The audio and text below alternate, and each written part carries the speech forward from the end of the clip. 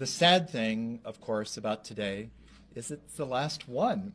And I know that everybody who's been here for the last 2 weeks has really enjoyed this very much, and it has been a terrific experience, a learning experience academically and intellectually, as well as just an experience to be in the midst of this event, which it is, as well as being a class. And so we're looking forward today to the final concluding lecture of the aftermath of the crisis with Chairman Bernanke. Mr. Chairman?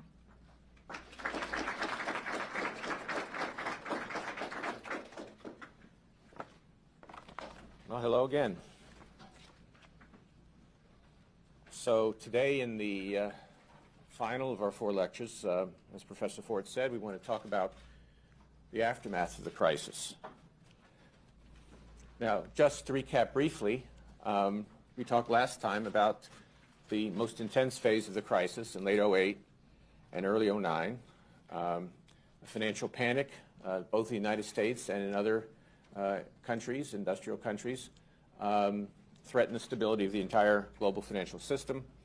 The Federal Reserve, working, as I'll describe, with others, served in its lender of last resort role, provided short-term liquidity to help stabilize key institutions and markets. I think one of the points that we can now draw, having looked at the history, is that rather than being some ad hoc and unprecedented set of actions, that the Fed's response was very much in keeping with the historic role of central banks, which is to provide lender of last resort facilities in order to calm a panic. And what was different about this crisis was that the institutional structure was different. It wasn't banks and depositors. It was broker-dealers and repo markets. It was money market funds and commercial paper. But the basic idea of providing short-term liquidity in order to stem a panic was very much what Bagehot envisioned when he wrote Lombard Street in 1873. Now, I've been focusing very much on the Fed's actions. That's been the topic of the course, of course, but the Fed obviously didn't work alone. We worked in close coordination with both other U.S. authorities and foreign authorities. For example, the Treasury was actively engaged after the Congress approved the so-called TARP legislation. The Treasury was in charge of making sure that banks had sufficient capital, and the U.S. government took an ownership position in many banks that was essentially temporary. Most of those have now been reversed. The FDIC, the Federal Deposit Insurance Corporation, played an important role. In particular, the deposit insurance limits, the $250,000 deposit insurance limits, were raised essentially to infinity for transactions accounts. And the FDIC also provided guarantees to banks who wanted to issue up to 3 years of debt, corporate debt in the marketplace for a fee. The FDIC guaranteed those issuances so that banks could get longer-term funding. So this was a collaborative effort between the Fed and other U.S. agencies. We also worked closely with foreign agencies. I mentioned last time the currency swaps, which are still in existence, whereby the Fed gave dollars to foreign central banks in exchange for their own currencies, and those foreign central banks took the dollars and on their own responsibility, on their own risk, made dollar loans to financial institutions that required dollar funding. We also, of course, continued to be in close touch with finance ministers and regulators around the world as we tried to coordinate to deal with the crisis. Now, putting out the most intense phase of the fire was not really enough. There's been a continuing effort to strengthen the financial system, strengthen the banking system. For example, in a quite successful action, one I think was very constructive, the Fed, working with the other banking agencies, led stress tests of the 19 largest U.S. banks in the spring of 2009. So this was not far after the most intense phase of the crisis. And what we did in an unprecedented way was to disclose to the markets what the financial positions were of the major banks. And those stress tests, which confirmed that our banks could survive even a return to worse economic and financial conditions, created a great deal of confidence in investors and allowed banks to go out and raise private capital, a great deal of private capital, and in many cases to replace the government capital they received during the crisis. The process of stress testing has continued. Just a couple weeks ago, the Fed led another round of stress tests, a very demanding set of stress tests. Our banks did quite well. They've raised a great deal of capital even since 2009. They're in many ways in stronger position than they were even prior to the crisis in terms of capital. So these are steps that are being taken to try to get the banks back into full lending mode. It's still a process in progress, but restoring the integrity and the effectiveness of the financial system is obviously part of getting us back to a more normal economic situation. Now, just saying a few words about the lender of last resort programs. As I've already argued at some length, the programs did appear to be effective. They arrested runs on various types of financial institutions, and they restored financial market functioning.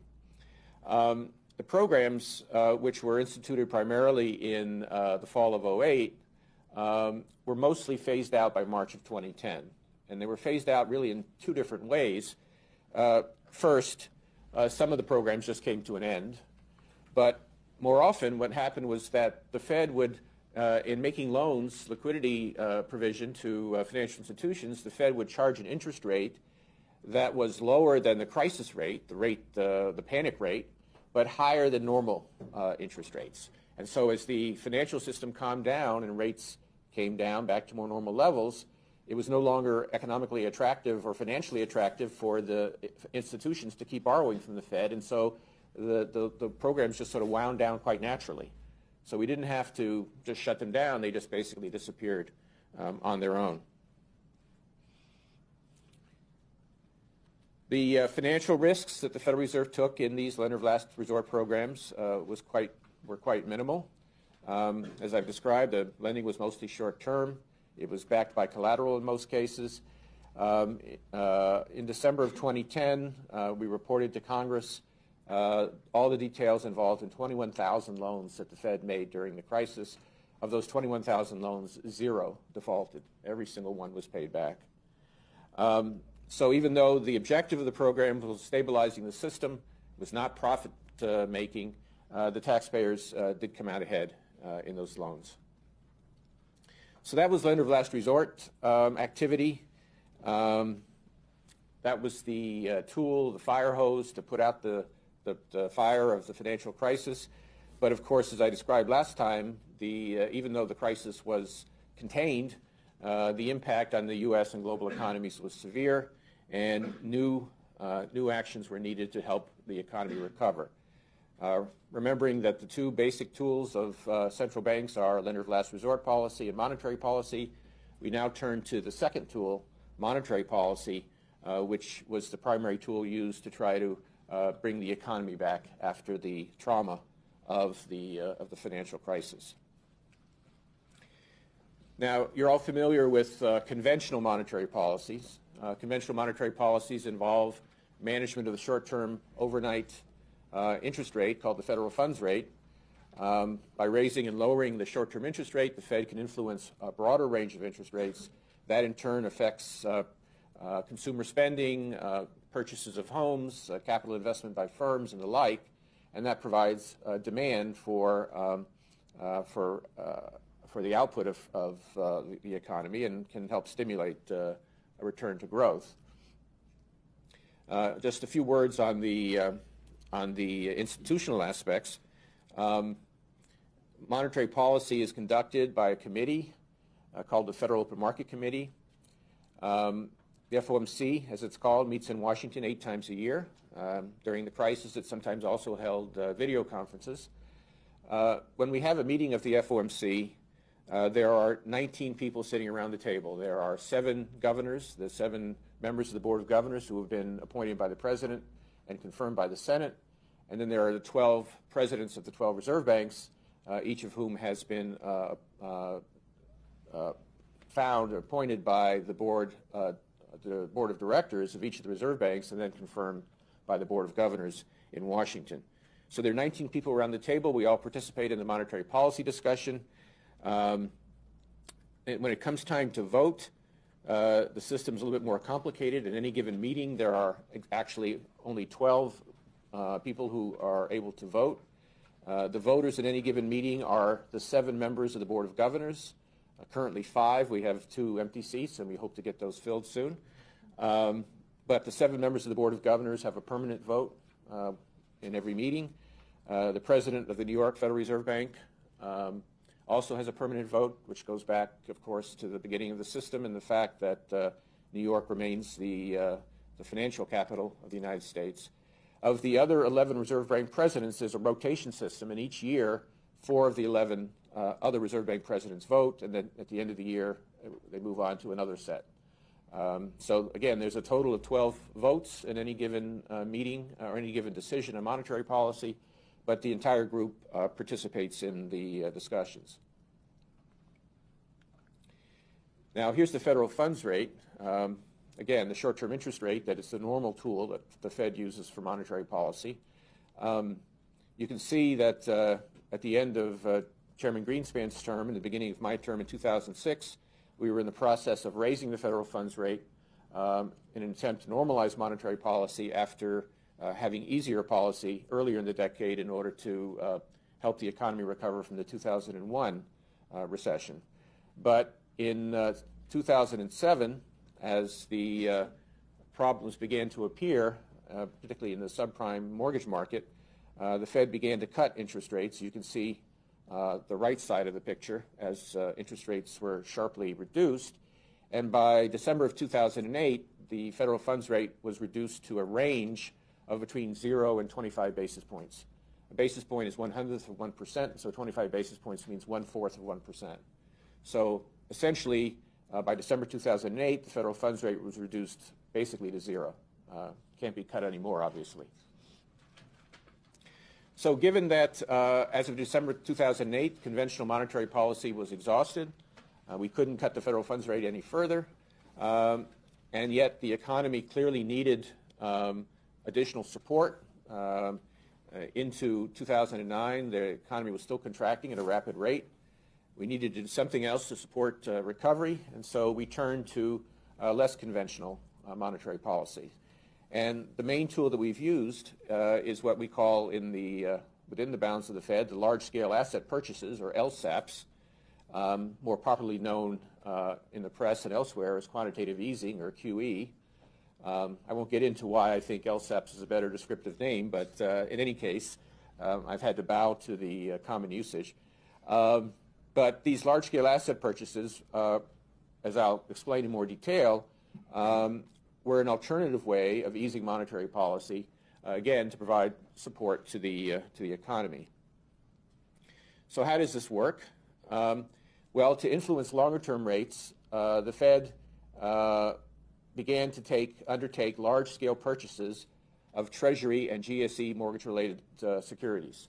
So just to be clear here, the securities that the Fed has been purchasing are government-guaranteed securities, either Treasury securities, that's the government debt of the United States, or the Fannie and Freddie securities, which recall were guaranteed by the U.S. government after Fannie and Freddie were taken into conservatorship.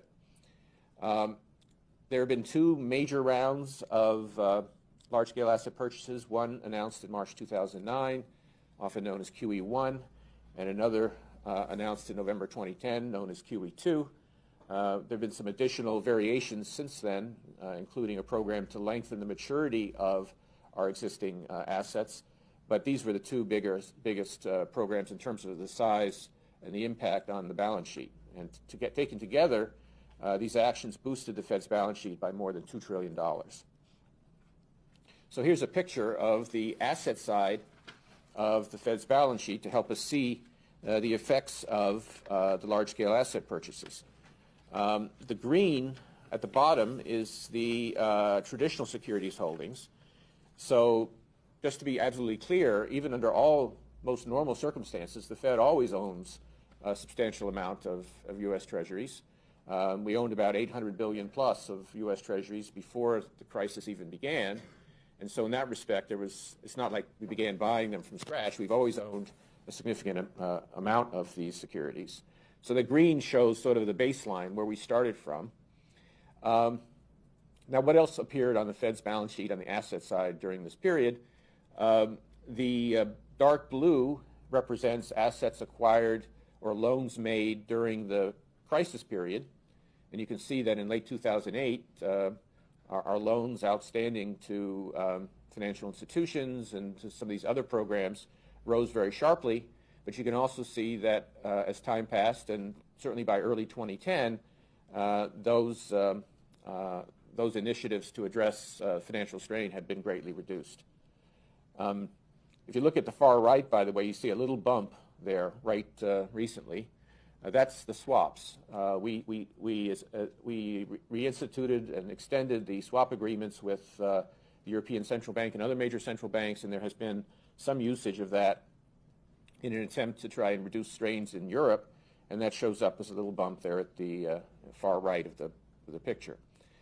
Now, again, we owned about $800 billion in Treasury securities at the beginning of the crisis, but as you can see from the red, labeled LSAPs, we added about $2 trillion in new securities to the balance sheet during the period starting in early 2009. And then at the top there you have other assets, variety of things, could be security reserves, physical assets, and other miscellaneous items. Now, why were we doing this? Why were we buying these securities? This is, by the way, an approach which monetarists like Milton Friedman and others have talked about. The basic idea is that when you buy treasuries and GSE securities and bring them onto the balance sheet, that reduces the available supply of those securities in the market. Investors want to hold those securities. In order to be willing to hold a smaller amount, they have to receive a lower yield. Or put another way, if there's a smaller available supply of those securities in the market, they're willing to pay a higher price for those securities, which is the inverse of the yield. So again, by purchasing Treasury securities, bringing them on our balance sheet, reducing the available supply of those treasuries, we effectively lowered the interest rate on longer-term treasuries and on GSE securities as well. Moreover, to the extent that investors no longer having available treasuries and GSE securities to hold in their portfolios, to the extent that they are induced to move to other kinds of securities like corporate bonds, that also raises the prices and lowers the yields on those securities. And so the net effect of these actions was to lower yields across a range of securities. And of course, as usual, lower interest rates have supportive, stimulative effects on the economy. So this was really monetary policy by another name. Instead of focusing on the short-term rate, we were focusing on longer-term rates. But the basic logic of lowering rates to stimulate the economy is really the same. Now, you might ask the question, well, the Fed's going out and buying $2 trillion of securities. How do we pay for that? And the answer is that we paid for those securities by crediting the bank accounts of the people who sold them to us. And those accounts at the banks showed up as reserves that the banks would hold with the Fed. So the Fed is a bank for the banks. Banks can hold deposit accounts with the Fed, essentially, and those are called reserve accounts. And so as the purchases of securities occurred, the way we paid for them was basically by increasing the amount of reserves that banks had in their accounts with the Fed. So you can see this here. This is the liability side of the Fed's balance sheet. Of course, assets and liabilities, including capital, have to be equal. So the liability side had also to rise near $3 trillion, as you can see. Now, take a look first, as you look at this, take a look first at the light blue line at the bottom. The light blue line at the bottom is currency, Federal Reserve notes in circulation. Sometimes you hear that the Fed is printing money in order to pay for the securities we acquire. And I've talked about that in giving some conceptual examples. But as a literal fact, the Fed is not printing money to acquire these securities, and you can see it from the balance sheet here. The light blue line is basically flat. The amount of currency in circulation has not been affected by these activities. What has been affected is the purple area. Those are reserve balances. Those are the accounts that banks, commercial banks, hold with the Fed, and they're assets of the banking system and they're liabilities of the Fed, and that's basically how we pay for those securities. And so the banking system has a large quantity of these reserves, but they are electronic entries at the Fed. They basically just sit there. They're not in circulation. They're not part of any broad measure of the money supply. They're part of what's called the monetary base. But again, they're not. They certainly aren't cash. Then there are other liabilities, including Treasury accounts and a variety of other things that the Fed does. We act as the agent, the fiscal agent for the Treasury. But the two main items you can see are the notes in circulation and the reserves held by the banks. So what do the LSAPs or the quantitative easing, what does it do? Well, we anticipated that when we took these actions that we would be able to lower interest rates, and that was generally successful. For example, as you probably know, 30-year mortgage rates have fallen below 4%, which is a historically low level. But other interest rates have fallen as well. Corporate credit has fallen. The rates of interest that corporations have to pay on bonds, for example, have fallen, both because the underlying safe rates have fallen, but also because the spreads between corporate bond rates and Treasury rates have fallen as well, reflecting greater confidence in the financial markets about the economy. And lower long-term rates have, in my view, and I think in terms of the analysis we do at the Fed, have promoted growth and recovery. Although, as I'll talk about, the effect on housing was probably weaker than we had hoped. We've got mortgage rates down very low. You would think that would stimulate housing, but as you probably know, the housing market has not yet recovered. Now, of course, always we have a dual mandate. We always have two objectives. One of them is maximum employment, which we interpret to mean is trying to keep the economy growing and using its full capacity. And low interest rates are a way of stimulating growth and trying to get people back to work. But the other part of our mandate is price stability, low inflation. We've been quite successful in keeping inflation low. It's been helped, I would say that Volcker in particular and also Greenspan made it much easier for me because they had already persuaded markets that the Fed was committed to low inflation. And there's a lot of credibility that the Fed has built up over the last 30 years or so. And as a result, markets have been confident that the Fed will keep inflation low, and inflation expectations have stayed low, and except for some swings up and down related to oil prices, overall inflation has been quite low and stable.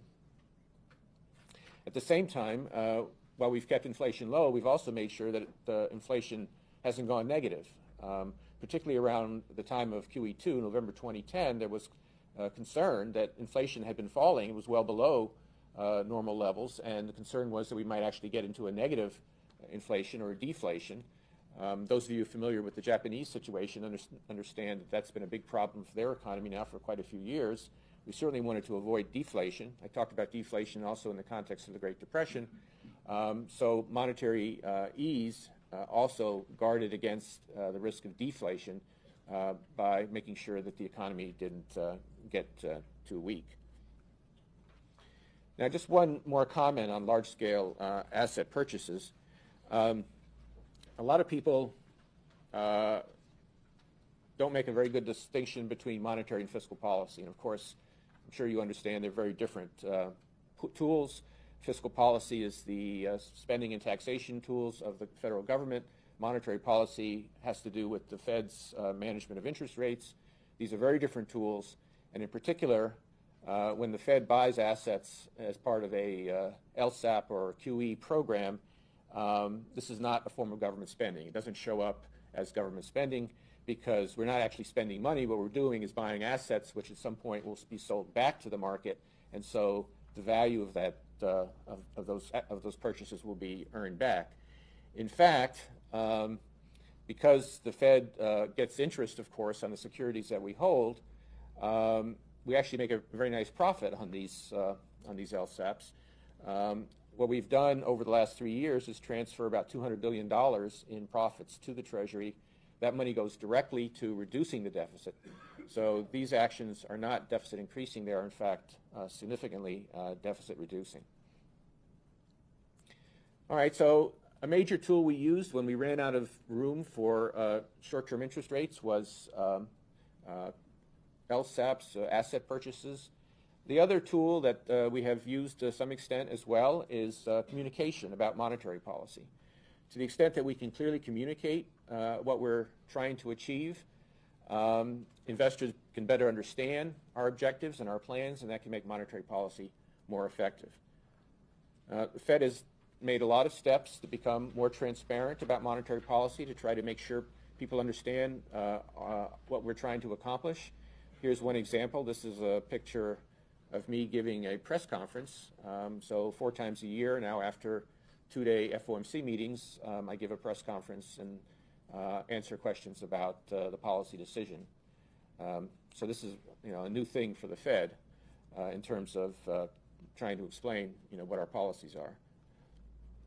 Another recent step that we took in terms of communicating our policies more clearly was to put out a statement that described our basic approach to monetary policy, and in particular gave for the first time a numerical definition of price stability.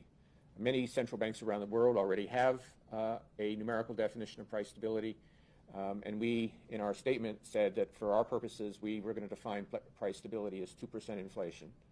And so the markets will know that over the medium term, the Fed will try to hit 2% inflation, even as it also tries to hit its objectives for growth and employment. Finally, the Fed has also begun to provide guidance to investors and the public about what we expect to do with the federal funds rate in the future, given how we currently see the economy.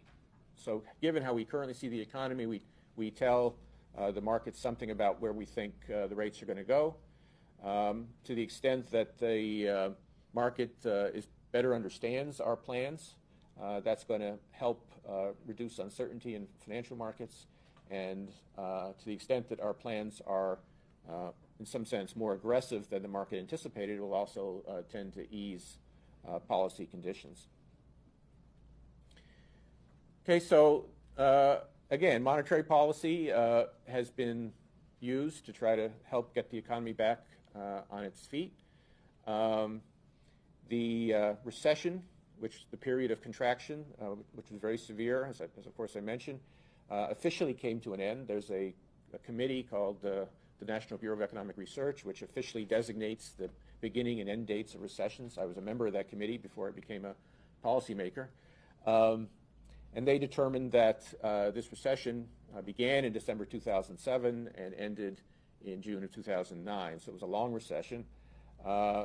When they say the recession ended, what that means basically is not that things are back to normal, it just means that the contraction has stopped and the economy is now growing again.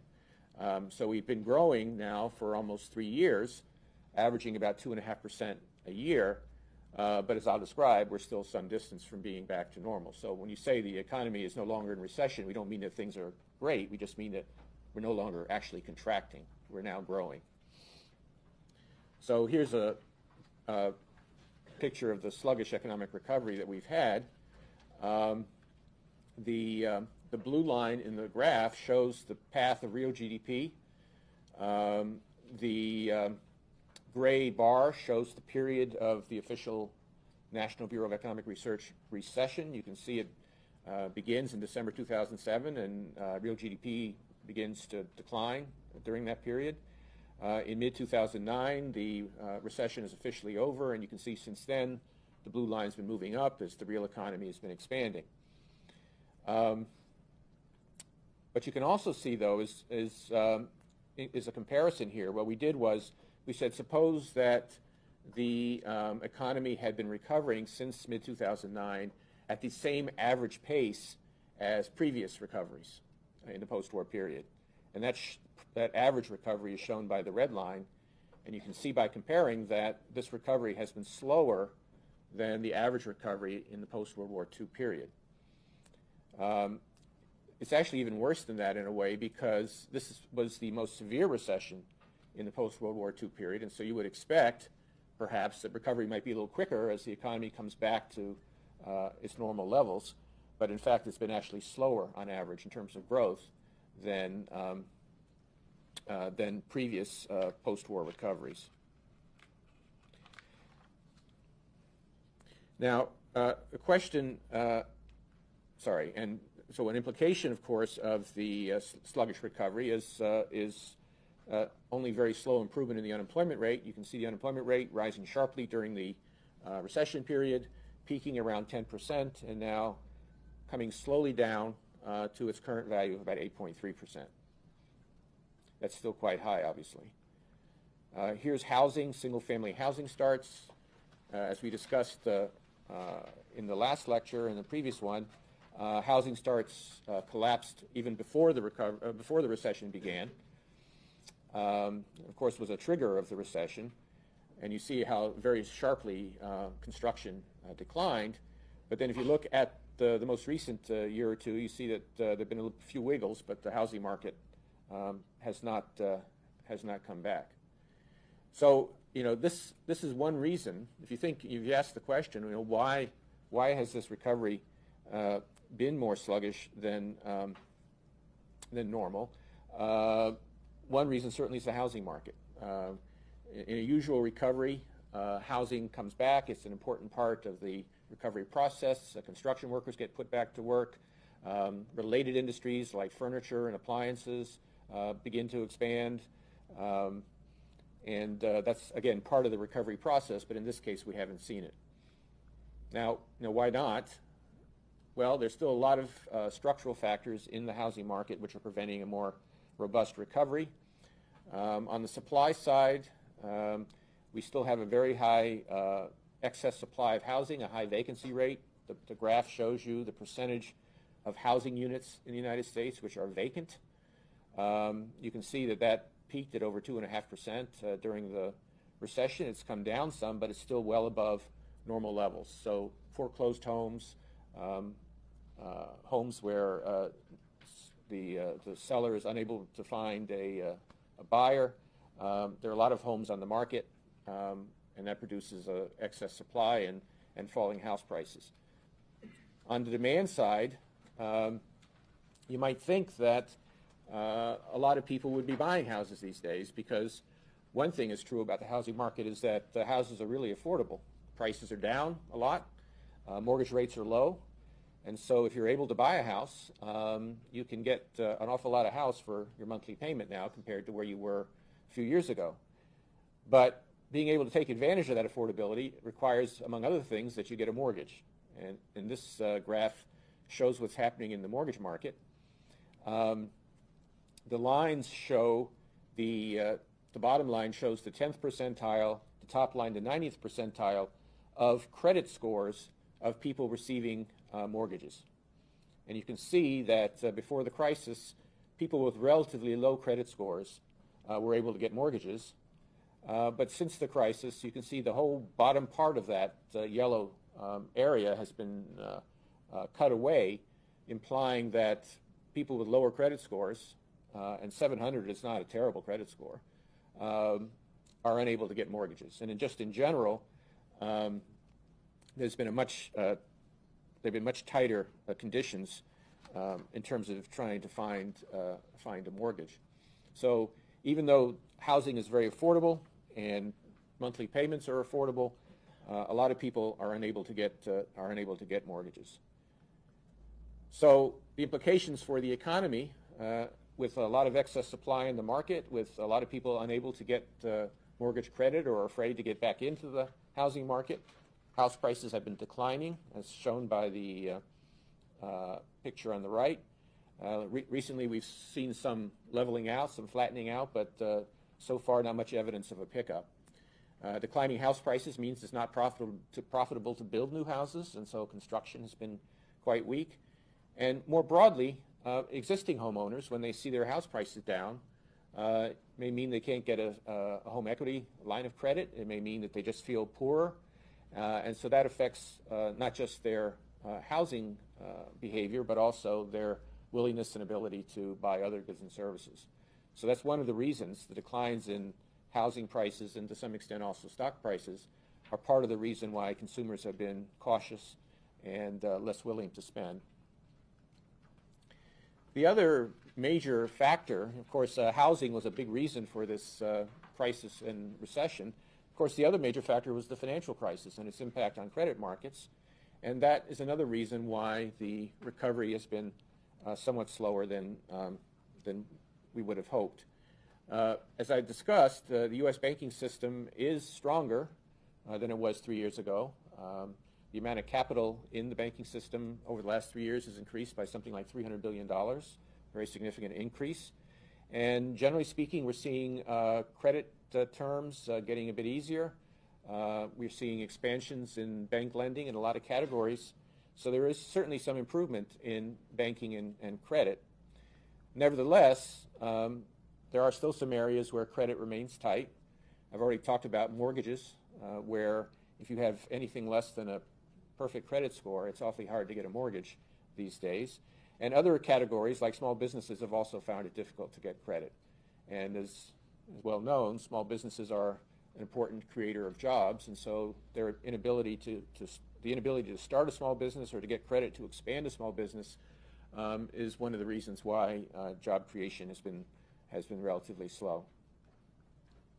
Another aspect of financial and credit markets has to do with the European situation, which I haven't gotten into, but following on the financial crisis in Europe, which was very severe alongside of ours, there's now sort of a second stage whereby the solvency issues of a number of countries, the concerns about whether or not countries like Greece and Portugal and Ireland can pay their creditors, have led to some stressed financial conditions in Europe, and those have affected the U.S. by creating risk aversion and by volatility in the financial markets. That has also been a negative factor. I think a lesson worth drawing from this, and one I've cited in testimony and elsewhere, is that monetary policy is a powerful tool, but it can't solve all the problems that there are. And in particular, what we're seeing in this recovery is a number of structural issues relating, for example, to the housing market, to the mortgage market, to banks, to credit extension, and of course to the European situation, where other kinds of policies, whether they're fiscal policies or housing policies or whatever they may be, are really needed to get the economy going again. So the Fed can provide stimulus, it can provide low interest rates, but monetary policy by itself can't solve important structural, fiscal, and other problems that affect the economy. All right, well, this is all a bit discouraging. Again, it's taken a while to get back to where we are, and we're still a long way from where we'd like to be. So let me just say a couple words about the long run. We did have, of course, a major trauma. The crisis is very deep. We have a lot of people who have been unemployed for a long time. About 40% or more of all the unemployed have been unemployed for 6 months or more. And if you're unemployed for 6 months or a year or 2 years, your skills will start to atrophy and your ability to get reemployed will decline. So that is a problem, clearly. And there are many other issues that the United States was facing even before the crisis, like federal budget deficits, and those have not gone away. In fact, they've gotten somewhat worse through the process of the recession. So clearly there's been some real headwinds for our economy.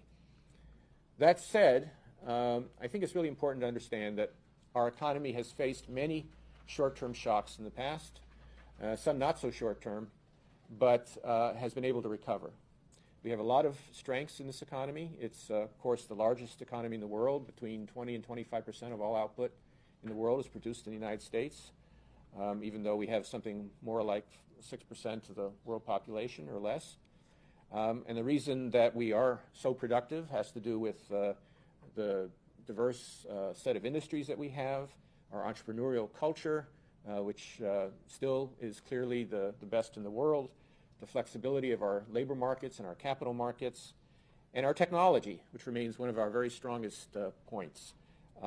Increasingly, technology has been driving economic growth, and with some of the finest universities in the world and research centers and as a magnet for talented people from around the world, the United States has been very successful in the research and development area. So that has also been a source of ongoing growth and innovation in our economy. Now, again, we have weaknesses, and the financial crisis highlighted a few, but we've also tried, of course, to address that, and I'll come back to it, by strengthening our financial regulatory system. Here's a picture I find kind of interesting, just to put a little perspective on what we've been talking about for the last few lectures. The dashed line shows a constant growth rate of a little over 3% in real terms. So this is a log scale, so a straight line means a constant growth rate. And you can see that the United States economy, going back to 1900, has grown pretty consistently around 3% for more than a century. You can see in the 1930s, you can see the big swing as the Great Depression pulled actual output below the trend line. And then you can see the movement above the trend line during World War II. But look what happened after World War II. We kind of went right back to the trend line. There were recessions and booms and busts in the post-war period, but remained pretty close to the trend line. Now, if you look to the very far right, you see where we are today. We are below the trend line. There are debates about whether or not that decline is in some way permanent. But I think there's a reasonable chance, looking at the long run of history, that the U.S. economy will return to healthy growth somewhere in the 3% range. There are factors to take into account, like changes in our population growth rate and our aging of our population and so on. But broadly speaking, what this picture shows is that over long periods of time, our economy has been successful in maintaining long-term economic growth. I'll just say a few words about regulatory changes. You recall that I discussed in the last couple of lectures the vulnerabilities in both the private and public sector in the financial system. On the public side, the crisis revealed many weaknesses in our regulatory system. We saw what happened with Lehman Brothers and AIG, and the too big to fail problem, the effects that they had on our system, and more generally the problem of lack of any attention to the broad stability of the system as opposed to individual parts of the system. So there has been a very substantial amount of financial regulatory reform in the United States. The biggest piece of legislation is the so-called Dodd-Frank Act. In the United States, I'm sure you know, legislation is named after the chairman of the relevant committees. Barney Frank was the head of the House Financial Services Committee when the Democrats controlled the House in 2010, and Senator Chris Dodd was the head of the the Senate Banking Committee. And so this Wall Street Reform and Consumer Protection Act passed in summer of 2010 was a comprehensive set of financial reforms addressing many of the vulnerabilities that I talked about earlier. Now, what were these vulnerabilities? Let me just remind you. One of them was the fact that there was nobody sort of watching the whole system, nobody looking at the entire financial system to look for risks and threats to overall financial stability. So the Dodd-Frank Act, one of the main themes of the Dodd-Frank Act is to try to create a systemic approach, one where regulators look at the whole system and not just individual components of it. So among doing that, among the tools to do that was the creation of a council called the Financial Stability Oversight Council, of which the Fed is a member, which helps regulators coordinate. We meet regularly in this council and discuss economic and financial developments and talk about ways that we can look at the whole system and try to avoid various kinds of problems.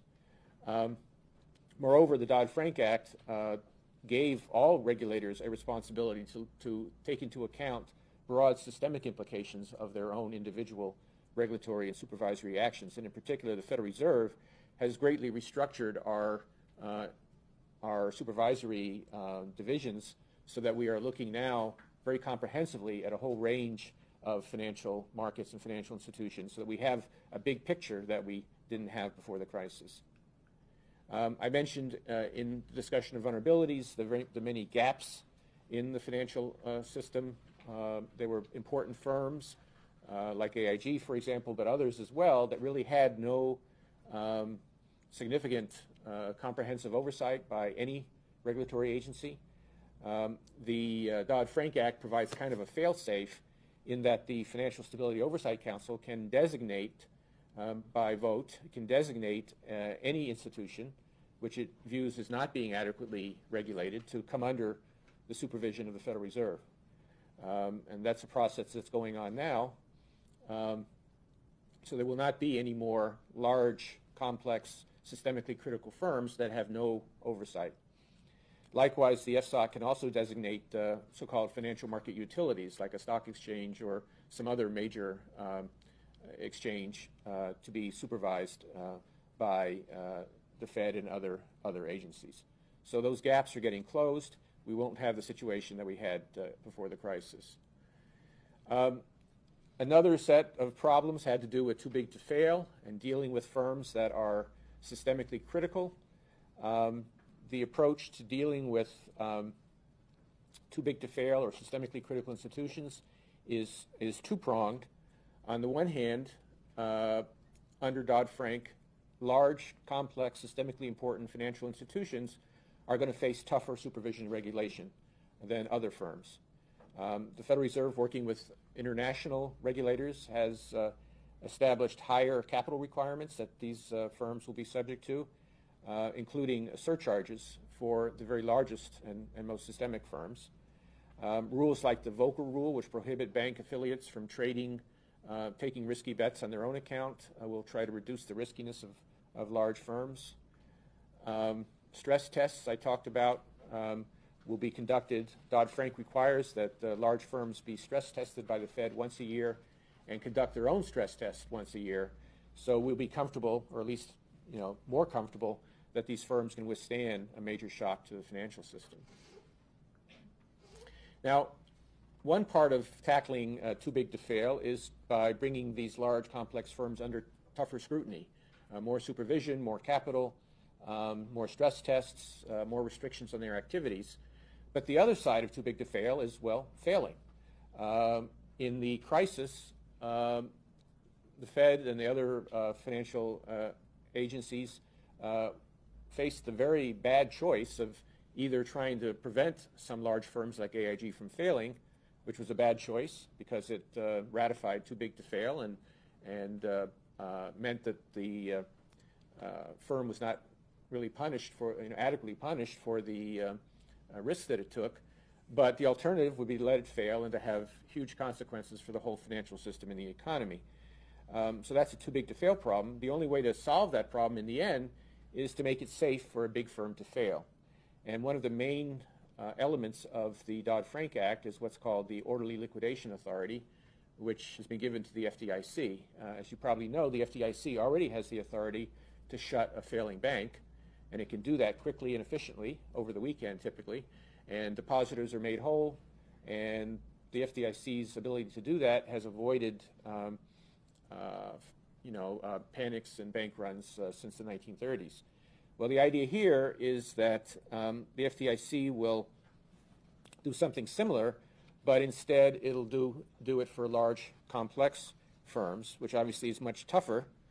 But in cooperation with the Fed and with regulators from other countries, where in case of multinational firms, work is underway to prepare so that should it happen that a large firm comes to the brink of insolvency and cannot find an answer, cannot find new capital, for example, that the ability of the Fed to intervene the way we did in 2008 has been taken away. We can't do it legally anymore.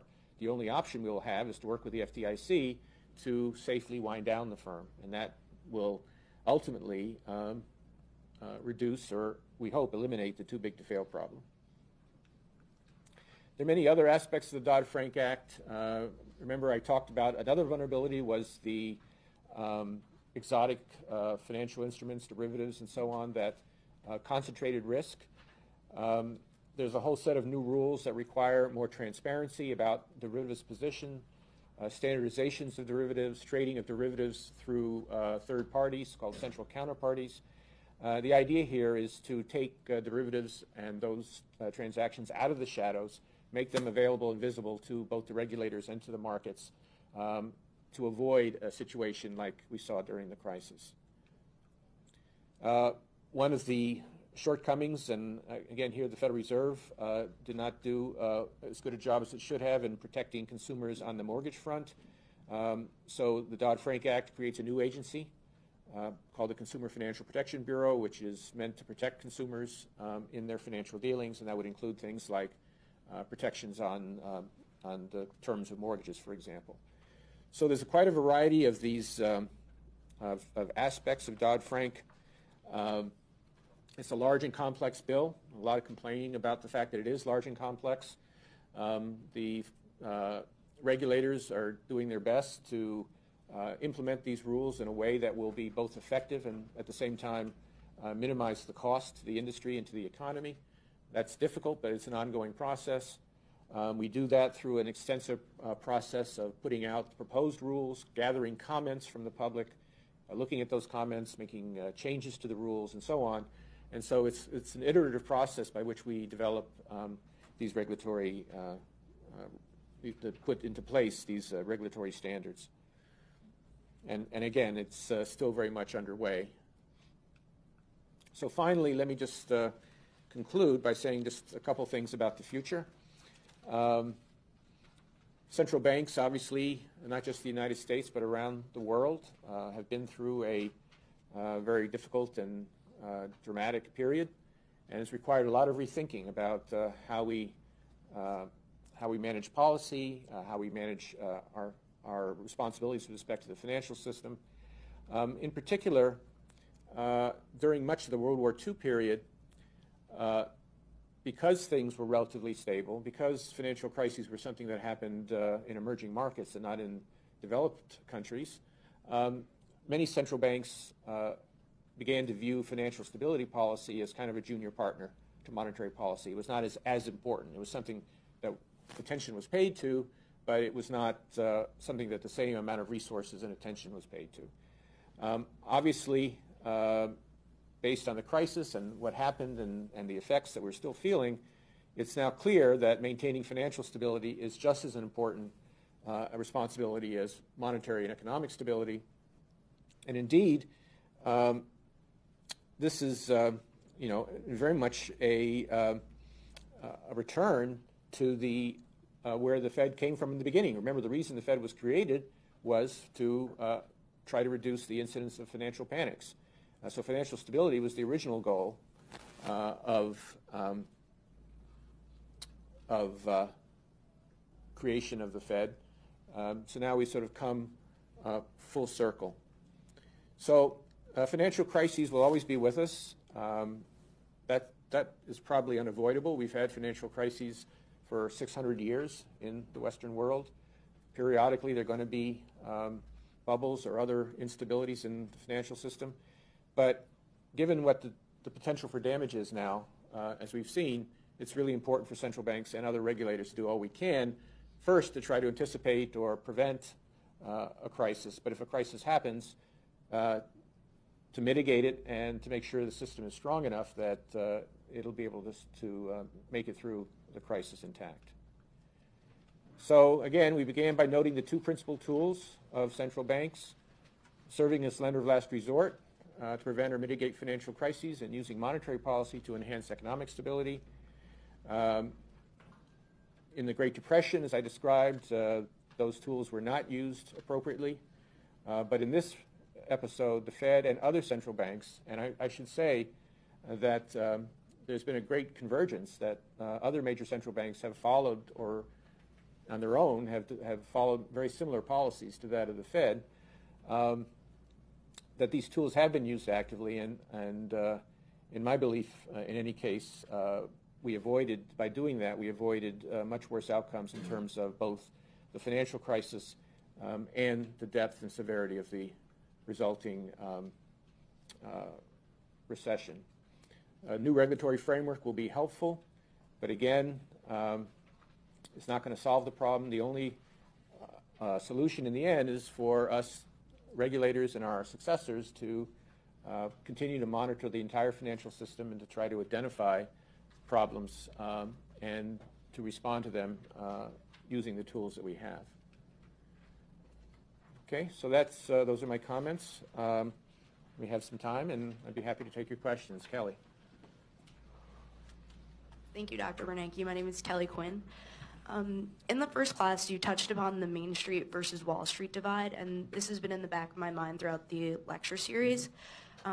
You've talked about the importance of educating the public on monetary policy, and although this lecture series has definitely demystified the Fed for me, I think it's really been Wall Street, not Main Street, that's been tuning in. So given how unpopular bank bailouts were among many Americans struggling to pay their mortgages who don't really understand the importance of financial stability, do you ever see Americans reconciling these differences? Well, you're right that some of the same conflicts that we saw in the 19th century, that you see echoes of them today as well. I don't have a simple answer to that question. As you know, the Fed has done more outreach, the press conferences and other kinds of tools to try to explain what we did and what we're doing. Clearly, the Fed is very accountable. We testify frequently, not just myself, but other members of the board or Reserve Bank presidents. We give speeches. We appear in various events and so on. It's inherently difficult because the Fed is a complicated institution, and as you've seen in the last 4 lectures, these are not simple issues. But all we can do, I think, is do our best and hope that our educators and our media and so on will, begin to carry the story and help people understand better. So it is a difficult challenge. It is a difficult challenge, and it does reflect a tension that has been in U.S. American feelings about central banks ever since the beginning. Sorry, Andres. Thank you, Mr. Chairman. My name is Andres. Earlier you mentioned that the Fed had several ways to unwind the large purchases of scale of assets, including selling them back into the market. Mm-hmm. What guarantees that investors will be willing to buy them back in the future? Mm-hmm. Well, again, first of all, we have essentially 3 separate types of tools that we can use, any of which by themselves would actually allow us to unwind our policies, but taken together, I think, gives us a lot of comfort. First of all, we have the ability to pay interest on the reserves that banks hold with us. So when the time comes, whenever that time may come, whenever the time comes for the Fed to raise interest rates, we can do so by raising the rate of interest we pay to banks on those reserves. Banks are not going to lend out the reserves at a rate lower than what they can earn at the Fed, and so that will lock up those reserves, raise interest rates, and serve to tighten monetary policy. So that one tool by itself, even if our balance sheet stayed large, could tighten monetary policy. The second tool we have is what's called draining tools, and I won't get much into this, but basically we have various ways that we can drain the reserves from the banking system and replace them with other kinds of liabilities, even as, again, the total amount of assets on our balance sheet is unchanged. So the third and final option is either to let the assets either run off as they mature or to sell them. And these are Treasury securities. These are government-guaranteed securities. It's certainly possible that the interest rate that will prevail when we sell those securities will be higher than it is today. In other words, we'll have to pay a higher interest rate in order to make investors willing to acquire them. But actually, that'll be part of the process, right? That'll be a time when we're trying to raise interest rates. It'll be the reverse of what we did when we bought them. At that point, we'll be trying to raise interest rates in order to exit from the easy policy into a policy that will allow the economy to grow in a low inflationary way. So I don't think there's any danger that investors won't buy the assets. They'll certainly buy them at a higher interest rate, and that, in a way, would be part of the objective of reducing the balance sheet would be to tighten financial conditions so as to avoid inflation concerns in the future. Noah? Thank you. So I read an article, and I'm sorry I don't remember the exact source, and it outlaid a plan to allow homeowners who have been on time with their mortgage payments to refinance at the current lower rates sort of as a way to protect them from their housing prices dropping. So I was wondering whether you've heard of plans like that and what sort of involvement the Fed would have, or whether that would fall to the Consumer Protection Agency. So there are some programs like that. One in particular is called the HARP, H-A-R-P program, and that's run by the GSEs, Fannie and Freddie, and by their regulator, which is called the FHFA. And on this program,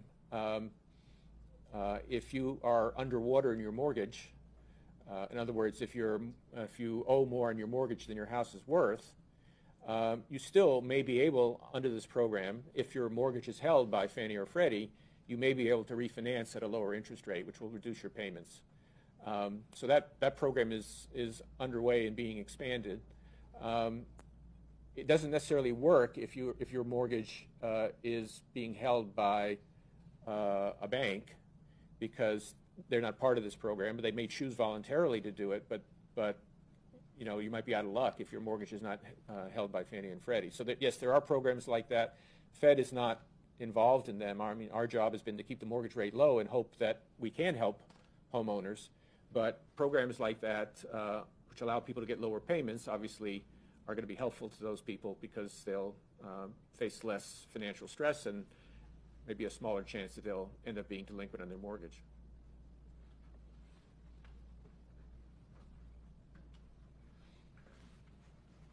Hi, I'm Michael Feinberg. Thank you very much, Chairman. You mentioned in your lecture the dangers of deflation from the Great Depression and more recently in Japan. And one of the arguments for maintaining a target inflation rate above zero is to provide a cushion against the possibility of deflation. Yet in the last two recessions in the United States, there's been a pretty significant fear of deflation, causing the Fed to keep monetary policy very accommodative in the beginning of the last decade and even more so at this point. Do you think that 2% is enough of a cushion to prevent deflation, and have you considered higher inflation target rates? Thank you. Well, that's a great question, and there's been a lot of research on it. It seems like the international consensus is pretty much around 2%. I mean, almost all central banks that have a target either have a 2% target or a 1 to 3% target or something like that. And there's a trade-off here, because on the one hand, you want to have it above zero, as you say, in order to avoid or reduce deflation risk. But on the other hand, if inflation's too high, it's going to create problems for markets. It's going to make the economy less efficient. And so there's a trade-off. What level of inflation gives you at least some reasonable buffer against deflation, but it's not so high that it makes markets work less well. And so again, the international consensus has been around 2%, and that's sort of where the Fed has been informally for quite a while. So that's what we announced, and that's for foreseeable future. That's where we plan to stay. But it's obviously an issue that researchers will continue to look at, trying to address exactly that trade-off that you're referring to. Yeah, you. Thank you, Chairman Bernanke. My name is Yuki Wu. You mentioned one of the biggest lessons you learned from the recent financial crisis is monetary policy is powerful, but it cannot solve all the problems, especially like the structural problems. Mm-hmm. So what do you think are the effective tools that can be used to solve these structural problems in like housing and financial and credit markets? Thank you. Well, it depends on the particular set of problems. So in the case of housing, the Federal Reserve staff wrote a white paper which analyzed a number of the issues, talked about not just foreclosures, but also issues like what do you do with empty houses, talked about issues of how you get more appropriate mortgage origination conditions, things of that sort. We didn't come down with a list of actual recommendations because that's really up to Congress and to other agencies to determine, but we did go through a whole list of possible approaches, which I guess I won't try to do here. But housing is a very complex problem, and there are many different things that could be done to try to make it work better. And indeed, looking forward, given the problems with Fannie and Freddie, we have some very big decisions as a country to make about what our housing finance system is going to look like in the longer term. So a lot of issues there. On Europe, for example, there's been a very complex problem. We've been in close discussions with our European colleagues. They've taken a number of steps there right now, talking about the so-called firewall, how much money they're going to contribute to provide as protection against the possibility of contagion if some country defaults or fails to pay its bills. So each one of these issues has its own approach. In the labor market, we have the problem of people who've been out of work for a long time. Obviously, one of the best ways to deal with that would be through various forms of training, increasing skills. So you could just go down the list.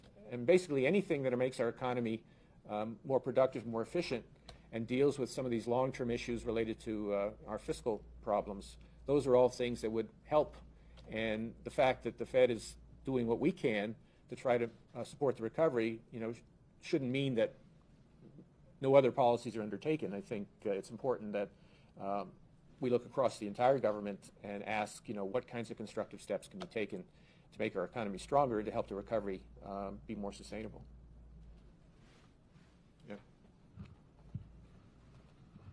Thank you, Chairman. So you mentioned that the Fed is doing what it can to, to sustain the recovery, and but with unemployment at 8.3% and the housing issues that you mentioned very sluggish, and the problems in Europe, what other tools do you think the Fed has to potentially fight off other issues that we're going to have in the future? Give me an example. I mean that's, I guess, other issues just other issues that, let's say, unemployment decides to rise, or the housing recovery gets worse, or Portugal, Spain, and Italy, all three of those issues. So now it cost me a night's sleep now. Well, what I described today was basically, in these lectures, is basically what the toolkit is for the Federal Reserve and other central banks. I mean, we have lender of last resort authority. We still have that. It's been modified in some ways by Dodd-Frank, but strengthened in some ways and reduced in some ways. So between that and our financial regulatory authorities, we want to make sure our financial system is strong, and we've worked particularly hard to make sure that we do everything we can to protect our financial system and our economy from anything that might happen in Europe.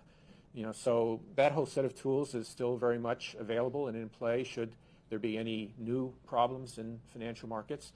Then on the monetary side, I've described to you, I don't have any completely new monetary tools, but we have the tools we've used and our interest rate policies, and we can continue to use monetary policy as appropriate as the outlook changes to try to achieve the appropriate recovery while still maintaining price stability, which is, of course, the other half of the Federal Reserve's mandate. So we have these two basic sets of tools. We'll have to continue to use them and continue to evaluate where the economy is going and use them appropriately. We don't have lots of other tools, and that's why I was saying earlier that we really need an effort across different parts of the government and indeed the private sector to do what can be done to get our economy back on its feet. Max. I think this has to be the last question. Thank you, Dr. Chairman. You spoke a lot about the economic recovery and that while it is painfully slow, there is clear recovery happening. My question is, what are the key indicators that you and the Federal Reserve are looking at that would suggest that the private sector has begun self-sustaining this economic recovery and that the Fed may begin to tighten monetary policy? Mm-hmm. Well, that's a great question. So, first, one set of indicators that has been looking better lately, and we've been paying a lot of attention to, is developments in the labor market.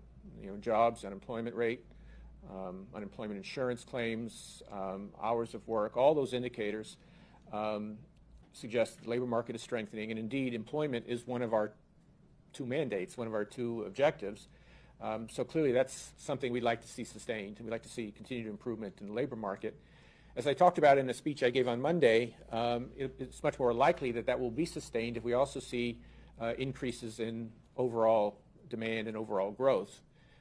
So we'll continue to look at indicators of consumer spending and consumer sentiment, capital plans, capital expenditures, indicators of optimism on the part of firms, those kinds of things, to see where production and demand are going to go. And then, of course, as always, we have to look at the inflation side and be comfortable that price stability will be maintained and that inflation will be low and stable. So those are the things we'll be looking at, and there's no simple formula, but as the economy strengthens then and becomes more self-sustaining, then at some point, obviously, the need for so much support from the Fed will begin to diminish. I really want to express my appreciation for for this class. I think you guys have been really obviously engaged, and your questions have been terrific, and thanks for giving me this chance. Thank you.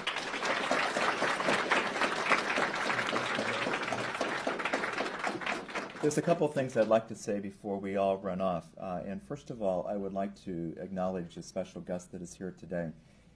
In early December, I had an email from Susan Phillips about the Federal Reserve's interest of having Chairman Bernanke come over to GW and do some presentations, which is about as specific as we were at the time. Susan Phillips is the former dean of the GW Business School and also a former Federal Reserve governor, and she's the matchmaker. She's the one who made this happen. So welcome, and we thank you very much for what you did to make this happen.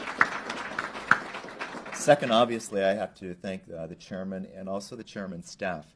At every turn over the last 3 months, I kept getting the same message from them, which was, Tim, this is your class. And I think that's extraordinary. I mean, when you get into this, agreeing to do this kind of a program, frankly, you wonder whether a powerful organization like that might run over you.